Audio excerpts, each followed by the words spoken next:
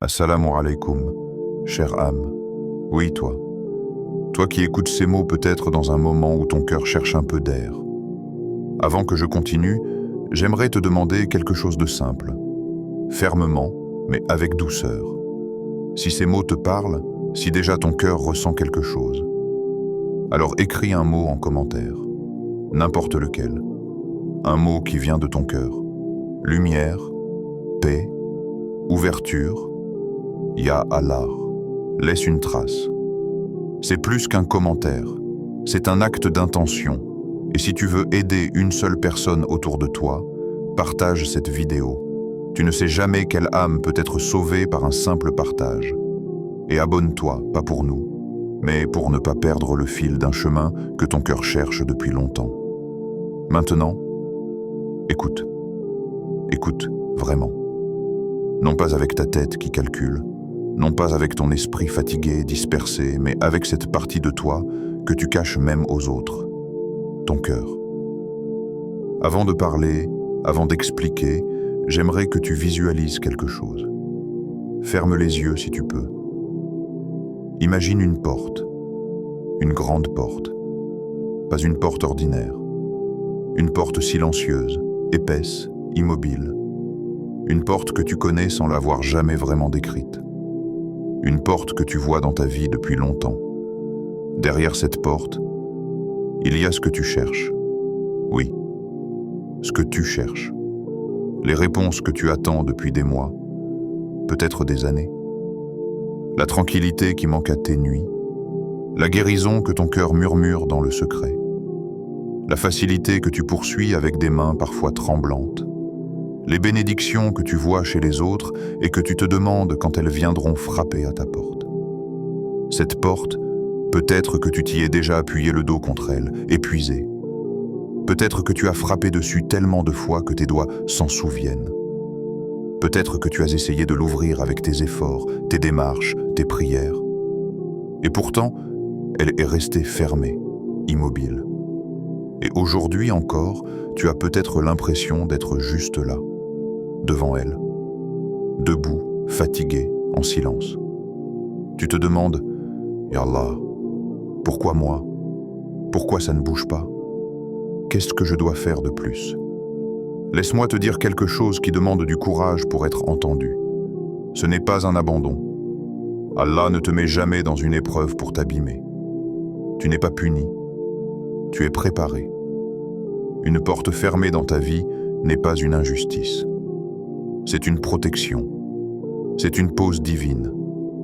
C'est une manière subtile pour Allah de te dire « Pas encore ». Ton cœur n'est pas prêt à recevoir ce qui t'attend derrière cette porte. Et si tu es ici, en train d'écouter ces mots, ce n'est pas du hasard. Wallahi, ce n'est pas du hasard. Il y a des milliards de vidéos, des millions de chemins possibles sur ton écran. Et pourtant, Allah t'a amené ici. Pile maintenant. Pile dans cet instant précis. Tu aurais pu passer, scroller, ignorer. Mais non, tu es resté. Et tu es resté parce que quelque chose dans ton âme avait besoin de ce rappel. Quelque chose en toi attendait qu'on lui parle. Non pas avec des arguments, mais avec vérité, avec douceur, avec reconnaissance de ta douleur silencieuse. Tu vois, beaucoup de gens souffrent bruyamment. Toi, tu souffres en silence. Tu portes des poids que personne ne devine en te regardant. Tu tiens debout alors que tu aurais toutes les raisons de tomber. Tu continues à sourire alors que ton cœur veut juste s'allonger et dire « Ya Allah, j'ai mal ». Mais j'avance encore. Et cette patience, ce courage, cette endurance invisible, Allah les voit. Il les a toujours vus. Aujourd'hui, j'aimerais te guider vers quelque chose de très particulier. Quelque chose de simple, mais puissant. Pas un miracle instantané. Pas une formule magique, mais une clé spirituelle que tu possèdes déjà. Et que tu n'utilises peut-être pas comme tu le pourrais. Reste jusqu'à la fin. Parce qu'à la fin de cette vidéo, je vais te dévoiler une méthode douce et profonde pour transformer ta récitation d'Al-Fatiha en une lumière qui ouvre les portes que tu regardes depuis trop longtemps. Une surprise spirituelle t'attend. Pas un cadeau matériel, mais un éclairage que seules les âmes sincères reconnaissent. Et maintenant, laisse-moi t'emmener dans cette ouverture. Quand ton cœur se fatigue, Allah te rapproche. Il y a des instants dans la vie où ton âme devient lourde, sans bruit, sans explication. Tu avances, mais chaque pas ressemble à un poids ajouté à ton corps. Tu t'efforces de sourire, tu t'efforces de parler normalement, mais quelque chose en toi s'effrite doucement, comme du sable qui glisse entre les doigts. Ces moments-là, tu ne les choisis pas. Ils viennent, ils s'imposent. Ils te surprennent même quand tu pensais être stable. Parfois, tu te réveilles le matin, et avant même d'ouvrir les yeux, ton cœur te dit déjà qu'il est fatigué. Pas physiquement. Fatigué d'espérer, fatigué d'attendre, fatigué de faire semblant que tout va bien. Fatigué de marcher dans une vie où les choses semblent avancer pour les autres, mais où toi, tu restes coincé dans la même salle, devant les mêmes murs, face aux mêmes questions, aux mêmes prières suspendues. Tu te reconnais peut-être dans cette sensation. Tu souris aux autres, mais en toi, c'est comme une pièce où la lumière s'est éteinte et où tu avances avec les mains devant toi pour ne pas tomber. Tu parles normalement, mais ton âme parle un autre langage, un langage silencieux, fait de soupirs que personne n'entend. Tu fais tes invocations, tu lèves les mains avec sincérité, tu demandes sans arrogance, tu implores avec humilité, et pourtant, il ne se passe rien. Rien qui se voit du moins. Rien qui change extérieurement. Rien qui rassure immédiatement. Et c'est là, dans ce silence, dans ce moment où ton cœur te parle plus que ta langue, que cette question apparaît. Ya Allah, pourquoi ma porte reste fermée? Pourquoi ça ne bouge pas? Pourquoi est-ce que je reste au même endroit? Cette question n'est pas un péché. C'est un aveu de douleur, un aveu d'humanité, un aveu d'amour même, parce que tu n'aurais jamais demandé cela. Allah, si tu ne comptais pas sur lui. Mais laisse-moi t'expliquer quelque chose d'important, quelque chose que beaucoup ne comprennent pas. Parfois, une porte qui ne s'ouvre pas n'est pas un refus. C'est la chose la plus étonnante dans le destin. Il existe des portes qui se ferment pour te protéger, pas pour te priver. Tu crois peut-être que ce que tu veux est bon pour toi. Et peut-être que ça l'est. Mais pas maintenant. Pas avec ce cœur-là. Pas dans cet état-là, tu sais. Une bénédiction donnée trop tôt peut devenir un fardeau. Une facilité donnée avant la maturité du cœur peut devenir une illusion. Une guérison donnée avant la compréhension peut devenir un oubli. Alors Allah ferme. Il ferme non pas pour te punir, mais pour te façonner, pour affiner ton âme, pour renforcer ta patience, pour purifier tes intentions, pour t'apprendre à revenir à lui, non pas par besoin matériel seulement, mais par amour, par confiance, par reconnaissance. Ce que tu vis n'est pas un chaos. C'est un ordre invisible que tu ne comprends pas encore. C'est comme si Allah déplaçait ton destin morceau par morceau, lentement, délicatement, silencieusement, comme quelqu'un qui prépare un cadeau avec soin, pour qu'au moment où tu l'ouvriras, ton cœur dise « Ya Allah, j'aurais tellement voulu recevoir ça plus tôt, mais maintenant, je comprends pourquoi tu as attendu. » Il y a des choses que ton âme doit apprendre avant que la bénédiction n'arrive.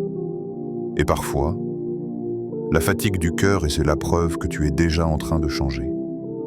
Parce qu'on ne se fatigue que lorsqu'on avance. On ne s'épuise que lorsqu'on lutte. On ne s'essouffle que lorsqu'on continue à se battre malgré les obstacles. Cette fatigue, tu la vois comme un signe de faiblesse. Mais en réalité, elle est le signe que tu es sur le chemin, que tu ne t'es pas arrêté, que tu n'as pas tourné le dos, que tu es encore là, attaché à ton Seigneur, même si c'est par un fil fragile. Et Allah aime ceux qui avancent, même quand ils n'ont presque plus de force. Il aime ceux qui reviennent même quand leurs pas tremblent. Il aime ceux qui continuent à prier, même quand leurs yeux sont trop fatigués pour pleurer. Il aime ceux qui disent « Ya Allah, même quand leur voix est étouffée par l'épuisement. Il y a une chose que tu dois comprendre. Allah te rapproche de lui à travers cette fatigue. Tu crois que tu es en train de t'éloigner parce que tu es épuisé. Mais en réalité, la fatigue est souvent le signe que ton cœur cherche un refuge. Et ce refuge, c'est lui. Il arrive que les portes se ferment pour que tu arrêtes de frapper aux mauvaises, pour que tu reconnaisses enfin celle qui ne se ferme jamais, celle qui mène vers lui. Et peut-être que c'est dans cette fatigue-là que tu es en train de renaître. La clé que tu possèdes déjà, Al-Fatiha. Maintenant que ton cœur est dans cet état de fragilité, il faut que tu comprennes quelque chose d'immense, quelque chose que beaucoup ont oublié malgré tous les rappels. La solution que tu cherches désespérément n'est peut-être pas cachée dans un événement futur, dans une opportunité qui n'a pas encore eu lieu ou dans un miracle extérieur. Elle est déjà dans ta vie, déjà dans ta langue, déjà dans ton cœur, déjà dans tes mains. C'est Al-Fatiha. Et tu vas me dire, mais je la connais, je la récite tous les jours, je la lis depuis l'enfance. Qu'y a-t-il de plus? Beaucoup la récitent, très peu l'utilisent. Parce que la plupart la prononcent comme une formalité, comme une étape obligatoire, comme un passage mécanique dans la prière. Mais Al-Fatiha n'est pas un rituel. C'est une porte, une clé, une lumière qui fend les murs invisibles, une guérison que tu n'as jamais vraiment goûtée. Un dialogue qui s'ouvre entre toi et Allah. Un dialogue que tu as répété tellement souvent que tu n'en entends même plus la profondeur. Al-Fatiha n'est pas simplement une sourate. C'est la mère du livre, la base, le résumé, le début de tout, le miroir de la relation entre toi et ton Seigneur. En réalité, Al-Fatiha contient tout ce que tu cherches. La paix, la réponse, la guidance, la guérison, la facilité, la miséricorde, et même la porte que tu essaies d'ouvrir depuis des années. Chaque verset est une clé. Chaque mot est une lumière. Chaque souffle pendant sa récitation est un acte de guérison pour ton âme. Mais voilà le secret. Al-Fatiha ne fonctionne pas avec la vitesse. Elle fonctionne avec la présence, la lenteur, la conscience. Ce moment où tu arrêtes de réciter avec les lèvres et tu commences à réciter avec le cœur.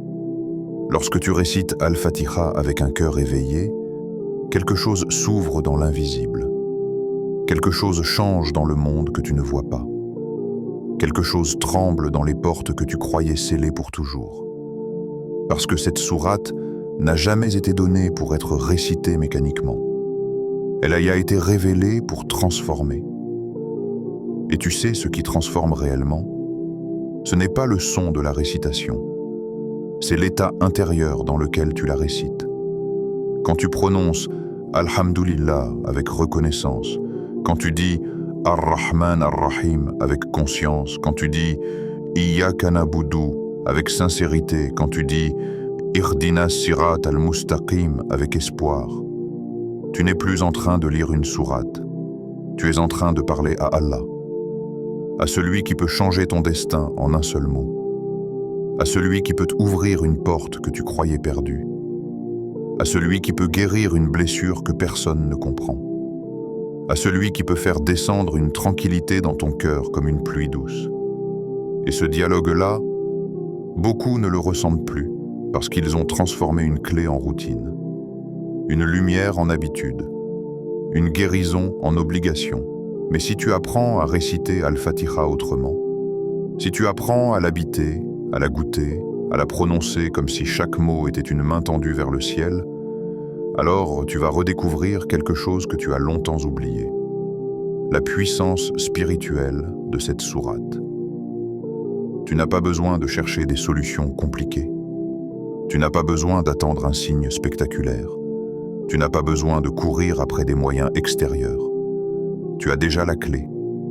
Elle est dans ta prière. Elle est dans tes lèvres. Elle est dans ton souffle. Elle est dans Al-Fatiha. Ce n'est pas une introduction à la prière. C'est une introduction à ton destin. Et tu vas découvrir, dans les moments qui suivent, comment cette clé peut ouvrir ce que tu croyais définitivement fermé. Quand tu récites, Allah te répond réellement.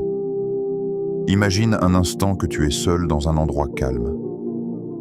Pas un lieu réel, un espace intérieur, un endroit que personne ne connaît, excepté Allah. Il n'y a pas de lumière forte, juste une clarté douce et profonde, comme si l'air lui-même contenait de la lumière. Tu t'assois, tu inspires, et tu commences à réciter Al-Fatiha. Mais cette fois, tu récites lentement, pas comme d'habitude. Tu récites comme quelqu'un qui sent que ce qu'il dit n'est pas juste un texte appris. Tu récites comme quelqu'un qui s'apprête à ouvrir une porte spirituelle. Tu dis « Alhamdulillah » et cette fois, tu ressens ce mot. Tu le ressens comme un souffle chaud dans ta poitrine. Et soudain, comme si l'invisible s'éclairait, tu perçois une réponse.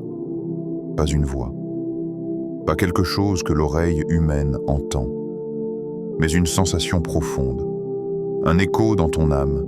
Mon serviteur m'a loué. Cette phrase ne vient pas de toi. Elle ne relève pas de ton imagination. C'est une réponse divine, une réalité rapportée par le prophète. Tu prononces et Allah répond. Tu n'es pas en train de réciter, tu es en train de dialoguer. Puis tu continues, Ar-Rahman, Ar-Rahim. Et cette fois encore, quelque chose descend dans ton cœur. Un apaisement, une douceur, comme si la miséricorde d'Allah se posait sur toi. Et dans l'invisible, Allah dit, mon serviteur a rappelé ma miséricorde. C'est comme si chaque mot prononcé faisait bouger quelque chose dans l'univers. Comme si l'invisible s'ouvrait légèrement, révélant la douceur divine que tu oublies dans la routine. Tu récites Maliki Yaoum ad-Din et tu ressens un poids tomber de tes épaules. Parce qu'en prononçant ce verset, tu te souviens que ton avenir n'appartient à personne d'autre qu'à Allah. Pas aux gens, pas à ton passé, pas aux circonstances, pas aux difficultés qui se dressent devant toi, Allah. Uniquement Allah. Et lui répond, mon serviteur a reconnu ma souveraineté. Tu continues, Iyyaka na'budu wa iyyaka nasta'in. Et là, quelque chose se passe. Quelque chose d'invisible, mais de puissant. Comme si tu déposais ton cœur entre les mains d'Allah. Comme si tu disais, Ya Allah, je n'ai personne d'autre que toi. Toi seul peux m'aider. Toi seul peux m'élever. Toi seul peux guérir ce que je ne comprends même pas. Et Allah dit, ceci est entre moi et mon serviteur. Et à mon serviteur j'accorde ce qu'il demande. Puis arrive le moment le plus fragile, le plus doux, le plus intime. Ihdinas sirat al-mustaqim, la demande, la vraie, la plus sincère, la plus universelle, celle qui résume tous les besoins de ton âme, celle que même les anges prononcent. Et Allah dit, ceci appartient à mon serviteur, et je lui accorde ce qu'il demande. Tu ne récites pas, tu ne lis pas, tu n'exécutes pas une obligation, tu parles, et Allah écoute, et Allah répond, et Allah enveloppe ton cœur. Si tu savais ce qui se passe chaque fois que tu récites Al-Fatiha avec présence, tu ne te dépêcherais plus jamais en prière. Tu ne laisserais plus jamais cette sourate devenir un automatisme. Tu prendrais ton temps, parce que chaque mot est une lumière, et chaque réponse divine est une miséricorde qui descend directement dans ton âme. Tu n'es pas ignoré, tu n'es pas oublié, tu n'es pas seul. À chaque verset, il te répond réellement, le secret, la conviction. Revenons maintenant à quelque chose que tout croyant connaît, mais que très peu applique, la conviction. La plupart d'entre nous récitent. Certains récitent magnifiquement, certains récitent rapidement, certains récitent avec effort, mais très peu récitent avec certitude. La certitude, ce n'est pas juste croire qu'Allah existe. Tout le monde croit qu'Allah existe. Même les hypocrites du temps du prophète reconnaissaient cela.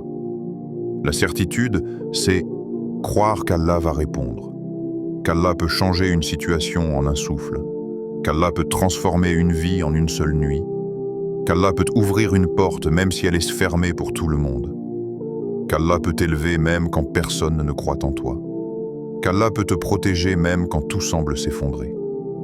La conviction, c'est de dire « Ya Allah, tu peux tout » et le penser réellement.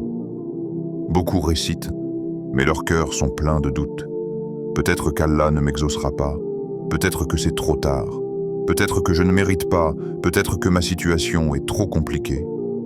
Mais laisse-moi te poser une question simple. Pourquoi donnes-tu plus de puissance à tes peurs qu'à ton Créateur? Tes peurs sont limitées. Allah est illimité. Tes blessures sont profondes. Allah est plus miséricordieux que ta douleur. Tes difficultés sont lourdes. Allah est celui qui dit « sois » et la chose existe. Si Allah a pu séparer la mer en deux, changer la destinée de Yusuf, sauver Ibrahim du feu, faire sortir Younous du ventre du poisson, élever le prophète plus haut que les cieux, alors pourquoi ne pourrait-il pas ouvrir la porte devant laquelle tu pleures?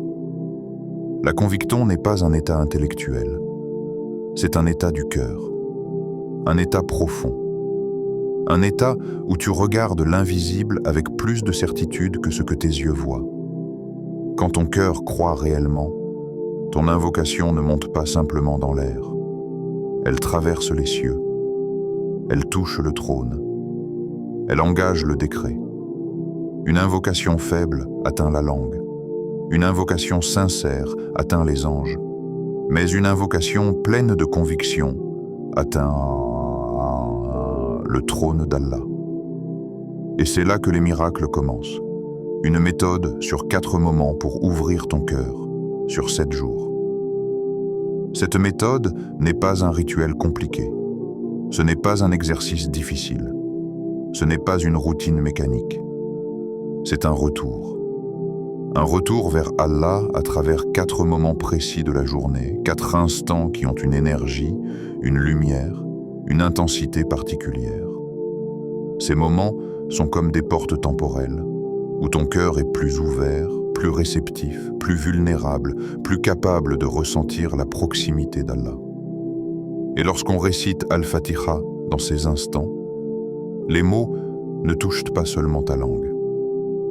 Ils descendent dans ton âme. 1. Après Salat al-Fajr, le moment de la lumière pure. Juste après Fajr, le monde est encore silencieux. Le ciel est encore fragile. L'air porte encore la douceur de la nuit. Ton cœur, lui aussi, est plus pur, plus léger, plus ouvert. Assieds-toi. Ne rallume pas ton téléphone. Ne laisse pas le monde t'envahir. Reste dans cet entre-deux où le soleil n'est pas encore levé et où les anges inscrivent les nouvelles pages de la journée. Récite Al-Fatiha 3 fois, très lentement, comme si tu tenais chaque mot dans tes mains, comme si chaque verset était une goutte de lumière que tu laissais couler dans ton cœur. Puis fais une seule demande. Pas 2, pas une liste, pas des phrases longues, une, pakl, zand. La simplicité est un signe de confiance. L'excès est un signe de doute. Demande comme un enfant qui parle à son père. Ya Allah, ouvre cette porte pour moi. Ya Allah, guéris mon cœur. Ya Allah, guide-moi là où je dois aller. Ya Allah, facilite ce que je redoute. Tu demandes. Allah écoute. 2. Après Asar, le moment de la sincérité. Asar est un moment étrange. L'énergie de la journée s'affaiblit. La lumière commence à s'adoucir. Ton esprit est fatigué. Ton cœur est dispersé, et c'est précisément pour cela que ce moment est puissant. Après Asr, ton cœur dit la vérité, parce qu'il n'a plus la force de mentir. Assieds-toi. Respire profondément. Puis récite Al-Fatiha 10 fois. Pas pour aller vite, pas pour compter, pour t'immerger, pour laisser les mots se répéter jusqu'à ce qu'ils percent une couche intérieure de ton cœur. Puis parle à Allah. Pas comme dans les invocations que tu connais. Pas comme dans les invocations que tu répètes. Parle comme quelqu'un qui dépose son âme sans filtre. Dis à Allah ce que tu crains, ce que tu veux, ce que tu ne comprends pas, ce qui te fait mal, ce qui te bloque, ce qui t'enchaîne. Laisse le cœur parler. C'est souvent là que les larmes coulent. Et les larmes ne sont pas une faiblesse. Elles sont un signe de nettoyage, un signe de sincérité. Troisième, après Maghrib, le moment où les décrets descendent. Maghrib est le moment où le ciel s'ouvre, le moment où la nuit commence à écrire les nouvelles lignes de ton destin. Après Maghrib, la journée se ferme, mais l'invisible s'ouvre. Assieds-toi. Récite Al-Fatiha 5 fois, lentement, profondément. Puis imagine que ta demande est déjà entre les mains d'Allah. Imagine que le décret est déjà écrit. Imagine que la réponse descend doucement vers ta vie, à la vitesse parfaite, au moment parfait, avec la sagesse parfaite. Ressens la paix de quelqu'un qui a déjà été exaucé. Ressens la tranquillité de quelqu'un qui a déjà reçu. Ce moment n'est pas de l'espoir, c'est une certitude. 4. Avant de dormir, le moment de l'abandon total. La nuit est un monde à part. Quand tout se tait, quand les lumières s'éteignent, quand les âmes deviennent vulnérables, c'est là qu'Allah se rapproche du serviteur qui l'invoque. Assieds-toi ou allonge-toi. Pose ta main sur ton cœur. Ferme les yeux et récite Al-Fatiha 3 fois, comme si chaque récitation te plongeait dans les bras d'Allah. Puis ne demande rien. Ne dis rien. Ne formule rien. Reste immobile. Et laisse ton cœur murmurer silencieusement « Ya Allah, je te confie tout ». C'est ce silence-là que les anges écrivent. Ce moment où tu ne parles plus, mais où ton âme parle à ta place. Ce qui va changer dans ta vie. Il existe dans la vie des transformations qui ne ressemblent pas aux scènes spectaculaires que l'on attend. Elles ne se manifestent pas dans un bruit, dans un événement éclatant, ni dans un bouleversement visible. Elles naissent doucement, très doucement, comme une lueur qui s'allume dans une pièce restée trop longtemps sombre. Quand tu pratiques un acte avec une sincérité profonde, une sincérité qui vient des zones silencieuses de ton âme, celles que personne ne voit, le changement commence toujours par un endroit étrange, ton intérieur. Là où personne ne regarde, là où toi-même tu ne descends pas souvent. Le changement intérieur ne ressemble jamais à ce que tu imagines. Il ne commence pas par un soulagement spectaculaire, ni par un signe évident, ni par une émotion forte. Il commence par des mouvements subtils, presque imperceptibles, que seuls les cœurs attentifs remarquent. Un jour, sans vraiment comprendre pourquoi, tu te surprends à respirer un peu plus calmement. Ton cœur bat différemment. Ton esprit devient moins bruyant. Ta poitrine moins serrée. Ce n'est pas que ta vie extérieure a changé, non. C'est toi. Toi qui commences à changer. Ce qui était lourd devient moins oppressant. Ce qui te faisait peur devient plus gérable. Ce qui te tourmentait devient moins agressif. Ce qui t'enchaînait perd un peu de sa force. Cela ne veut pas dire que tout devient soudain parfait. Mais les contours de ton épreuve changent. Et surtout, ta manière de la porter change. Tu sens au fond de toi une étrange sensation, celle de ne plus marcher seul. Tu commences à réaliser que quelque chose t'accompagne, t'enveloppe, t'oriente, quelque chose que les yeux ne voient pas, mais que le cœur reconnaît immédiatement, la présence d'Allah. La sincérité ouvre un chemin intérieur que même la douleur ne peut plus fermer. Une porte invisible s'ouvre quelque part dans ton âme, et cette ouverture devient un passage vers une paix qui ne dépend plus du monde extérieur. Et tu verras, d'abord ce sera subtil, comme une brise qui passe dans une pièce fermée. Ensuite, ce sera plus clair. Tu vas sentir ton cœur s'alléger. Un poids que tu portais depuis longtemps va commencer à se détacher. Peut-être pas tout d'un coup, mais couche après couche, comme un vêtement mouillé que l'on retire doucement. Tu vas sentir une paix étrange, une paix qui ne dépend d'aucune réussite, d'aucune personne, d'aucun changement extérieur, mais qui vient d'une source stable, profonde, lumineuse, Allah. Et puis, presque sans t'en rendre compte, ton cœur va retrouver un rythme plus doux. La dureté que tu traînais depuis des mois, peut-être des années, va commencer à fondre. Tu vas découvrir en toi un espace nouveau, un espace de lumière, un espace de calme, un espace où tu n'avais jamais mis les pieds auparavant. Cet espace n'est pas vide. Il est rempli d'une certitude silencieuse, celle que tu es porté, protégé, guidé, que ton Seigneur ne t'a jamais quitté. Et c'est précisément à ce moment-là, au moment où ton cœur commence à s'apaiser, que les choses extérieures, les portes, les opportunités, les chemins, vont lentement, délicatement, commencer à bouger. La porte devant laquelle tu pleurais, devant laquelle tu pensais t'être épuisé pour rien, devant laquelle tu avais presque renoncé, va commencer à vibrer. Tu ne l'enfonceras pas, tu ne la forceras pas, tu la verras s'ouvrir, pas sous ta force, sous la sienne. Les solutions commenceront à apparaître, parfois par des chemins que tu n'aurais jamais imaginés. Les facilités descendent d'une manière qui semble simple, mais dont chaque détail prouve qu'Allah l'a orchestré. Les bénédictions que tu pensais inaccessibles, celles que tu regardais chez les autres avec une pointe de tristesse, vont commencer à s'approcher de toi, pas par hasard, mais parce que ton cœur est enfin devenu un réceptacle capable de les porter. Ce que tu croyais perdu, tu comprendras qu'il n'était pas perdu. Il était en préparation. Ce que tu croyais éloigné, tu réaliseras qu'il était en route. Ce que tu pensais être un refus, tu découvriras que c'était une protection. Et chaque chose qui commencera à s'ouvrir dans ta vie confirmera une vérité difficile à accepter. Allah attendait seulement que ton cœur soit prêt. Car Allah ne donne pas pour te perdre.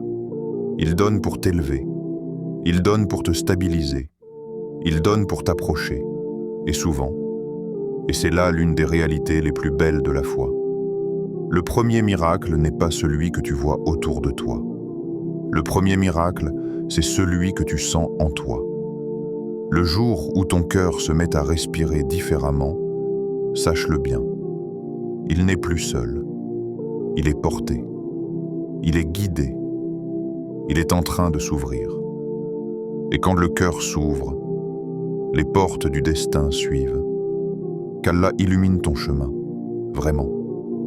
Qu'il dépose dans ta vie des lumières que tu ne comprends pas encore, des apaisements que tu n'espérais plus, des ouvertures qui arrivent au moment exact où ton âme en a besoin. Qu'il apaise tes peurs, celles que tu caches aux autres, celles que tu caches parfois même à toi-même, celles que tu portes dans le silence de tes nuits. Qu'il fasse d'Al-Fatiha une clé dans ta vie, une lumière qui s'allume dans tes instants difficiles, une guérison qui repose ton cœur, une certitude qui traverse tes doutes. N'oublie jamais, absolument jamais, que tu n'es pas seul. Même quand tu te sens vide, même quand personne ne comprend ta fatigue, même quand tout semble figé, même quand les portes restent fermées, ton Seigneur t'écoute. Il t'écoute dans tes mots, dans tes silences, dans tes soupirs, dans tes larmes que tu essuies trop vite, dans tes pensées que tu n'arrives même plus à formuler. Il t'écoute quand tu parles. Il t'écoute quand tu te tais. Il t'écoute quand ton âme appelle alors que ta langue reste immobile. Et chaque pas que tu fais vers lui, même invisible, même maladroit, même tremblant, est un pas qu'il accueille. Si ton cœur cherche la lumière, sache qu'Allah l'a déjà vue. Sache qu'il t'a rapproché de ce rappel, de ce moment, de ces mots, parce qu'il veut t'ouvrir un chemin. Laisse-toi apaiser, laisse-toi guider, laisse-toi porter. Rejoins la famille Lumière d'Imaan pour recevoir encore plus de rappels qui apaisent ton cœur. Laisse ton âme respirer ici. Elle en a besoin.